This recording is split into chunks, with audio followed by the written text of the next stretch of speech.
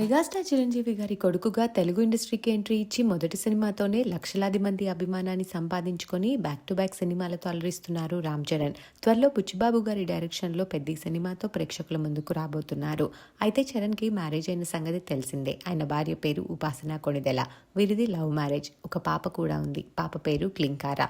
Last year Deepavali రోజు ఒక adorable వీడియోని షేర్ చేస్తూ తాము ట్విన్ బేబీస్కి వెల్కమ్ చెప్పబోతున్నామంటూ గుడ్ న్యూస్ని షేర్ చేశారు ఉపాసన. ఇప్పుడు ఆ రోజు వచ్చేసింది. జనవరి 31 నైట్ 11 గంటల సమయంలో అపోలో హాస్పిటల్స్లో ఉపాసన ట్విన్ బేబీస్కి జన్మనిచ్చారు. వారిలో ఒకరు పాప, ఒకరు బాబు. ఈ న్యూస్తో మెగా ఫ్యామిలీలో పండగ వాతావరణం నెలకొంది. చిరంజీవి గారి వారసుడు కోరిక కూడా నెరవేరింది అంటూ బెస్ట్ విషెస్ని తెలియజేస్తున్నారు.